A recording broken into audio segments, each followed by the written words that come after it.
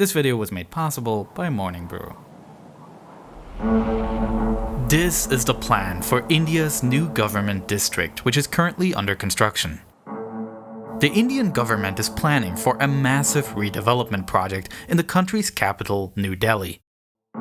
However, the new buildings that will serve as the seat of government will not be built in a new location. Rather, the current administrative center, which includes the Indian Parliament as well as the official seat of the Indian President, will be completely renovated, with total costs estimated at around $2.7 billion. And this project symbolizes a renewal process that has been in the making for a long time.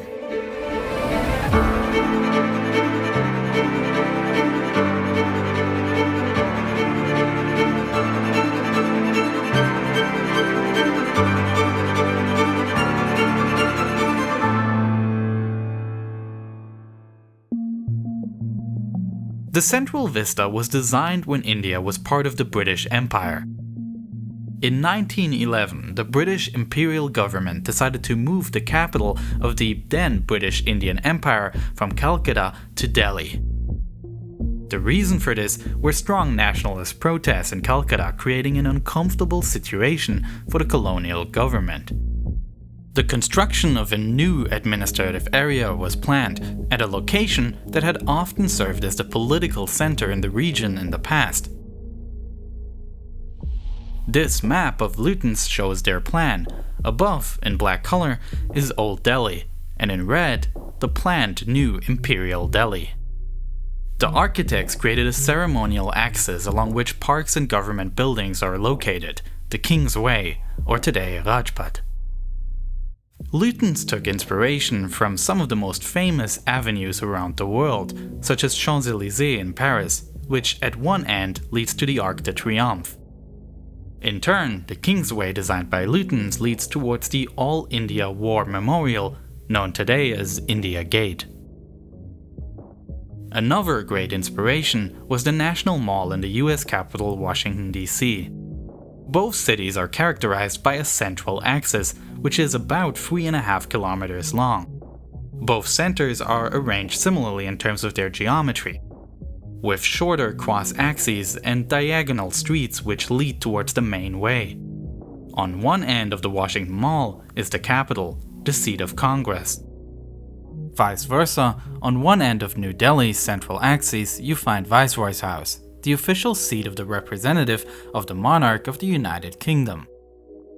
Even if architecturally clear similarities can be recognized, it is nevertheless important to note that the context in which these two administrative centers were created is fundamentally different. After all, Washington, D.C. came into being as a result of American independence. A new capital city was designed from the ground up. The administrative center of India, in turn, emerged in Delhi, which already was one of the oldest cities in the world. By setting up their seat of government here, the British linked their monarchy with the deep history of the subcontinent. While Washington was the result of liberation, New Delhi was commissioned by a colonial power. After India gained independence, the administrative district in Delhi became the center of a new independent nation. And it was further developed as many of the buildings had to change their function. Viceroy's House became Rashtrapati Bhavan, the official residence of the President of India. The parliament, which originally housed the Imperial Legislative Council, is now used to house both chambers of India's democratically elected parliament. Meanwhile, the population of the city increased, and there was immense development pressure on this area. New office buildings were constructed, but there was a lack of vision of how this area should be developed. Today, the Central Vista is certainly a landmark in the country. The parks have become a popular social gathering spot, and every year on January 26th, the Republic Day Parade takes place. However, since many of the buildings are now being used for a different purpose than originally intended, this administrative center actually only houses part of the government buildings. The secretariat buildings are supposed to house the various ministries of the Indian government. However, their size is no longer sufficient, which is why a large part of the ministries, as well as the Prime Minister's residence, are located outside of Central Vista. Therefore, the Indian government has decided to redevelop the entire area. Under the direction of Indian architect Bimal Patel, the architecture firm HCP designed what is supposed to be the future of Central Vista. The Parliament building is clearly too small for today's requirements of India's democracy, and it is in a structurally desolate state. Therefore, a completely new building will be created, right next to the old Parliament. While the old Parliament is circular, this new Parliament is in triangular shape. Nevertheless, it references many of the ideas present in the current Parliament's design. Today's Parliament building consists of 3 semicircles that face each other. They house the 2 chambers of Parliament as well as a library. In the middle, there is a common hall from which you can navigate to the different rooms. And in between these halls, there are various courtyards. The whole thing is surrounded by a circle that provides space for offices. In a very similar way, the new Parliament will also have office space facing outside. Inside, however, the space is used significantly more effectively by reducing the courtyard area. The 2 chambers of Parliament can therefore be built much larger in order to meet today's requirements. As already mentioned, the secretariat buildings are not sufficient for all the different ministries, and many of the buildings that currently stretch along the Rajpath and house additional offices are in poor structural condition. These buildings will therefore be demolished to make way for a massive new central secretariat. This should unite all ministries of the Indian government in one place. These large buildings will each have a courtyard in the middle, which will serve as a meeting and relaxation space. In order to make commuting to work easier, the architects have planned underground electric people movers that stop at every office building. Furthermore, a central conference center is being built in which larger events can be held. It will have various auditoriums as well as a number of conference and seminar rooms. The National Archive building is also located along Rajpath. This currently comprises an old building by Lutens from the imperial period, as well as a newer building that was added later. As part of the current redevelopment, the old building is to be renovated, but otherwise retains its function, while the newer building will be demolished and replaced. Also currently located along Rajpath is the Indira Gandhi National Center for the Arts, a major government-funded cultural institution in the country. The center will have to move, as the current buildings will be demolished to make way for the new Central Secretariat. A new building for the institute is to be built on the India Gate Circle. Another building that needs to make way for the new Central Secretariat is the National Museum. But since all ministries are now united in this Central Secretariat, the current Secretariat building loses its function. The plan is therefore to relocate the National Museum to these 2 much larger buildings. The new National Museum will then have 3 times as much space as it currently does.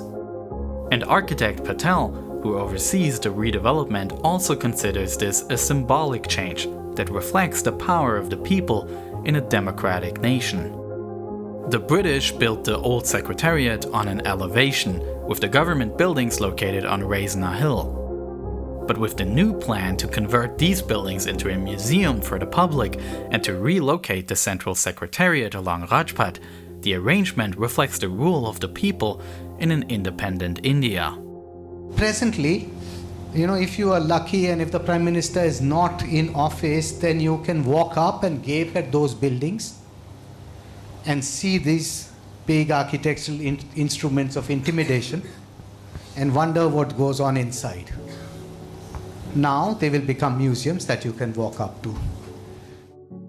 Patel's plan also moves the residency of the Vice President and the Prime Minister to a new location.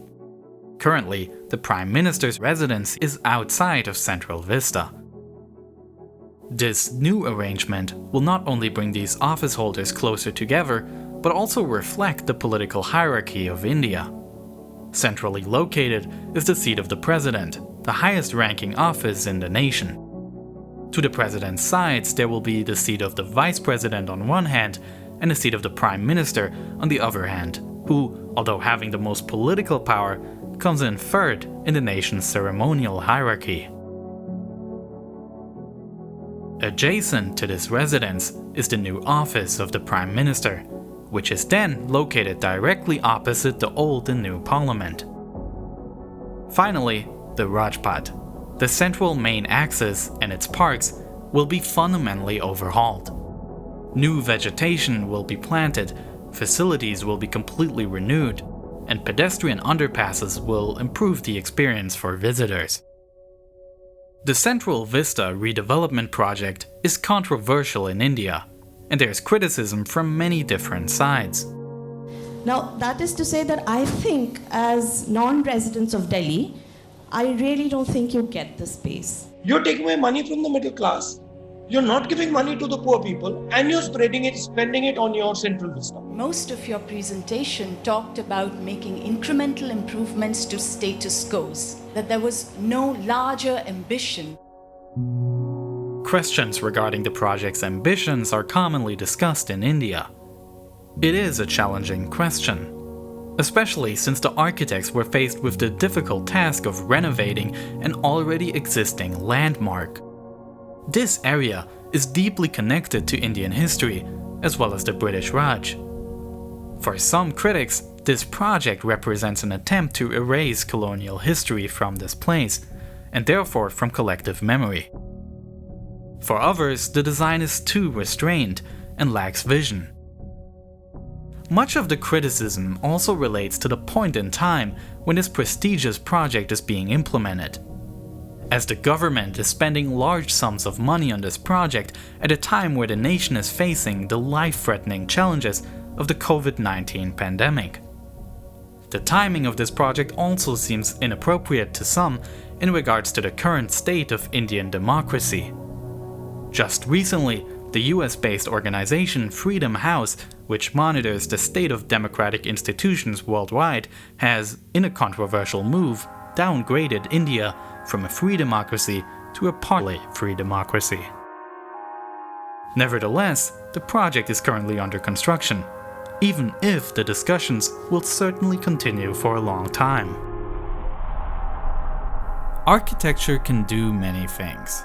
It can look ahead to the future or into the past, or, as in this project, try to build a bridge between the two. In addition, architecture can be symbolic and embody ideas such as openness, transparency, democracy, and equality. But what architecture cannot do is put these principles into practice and protect them.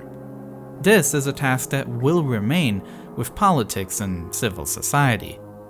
What helps is to be well informed, even if it can be difficult to find the time to read up-to-date news.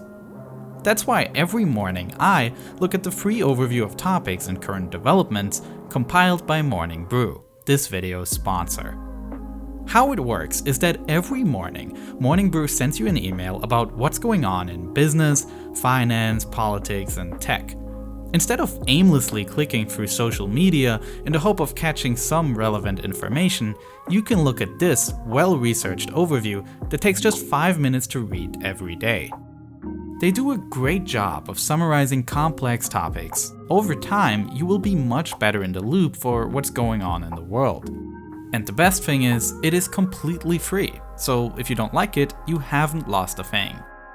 So head to the link in the description or click the box on screen to check out Morning Brew. Not only is it a great way to stay up to date, completely free, but also to support this channel. Thank you for watching.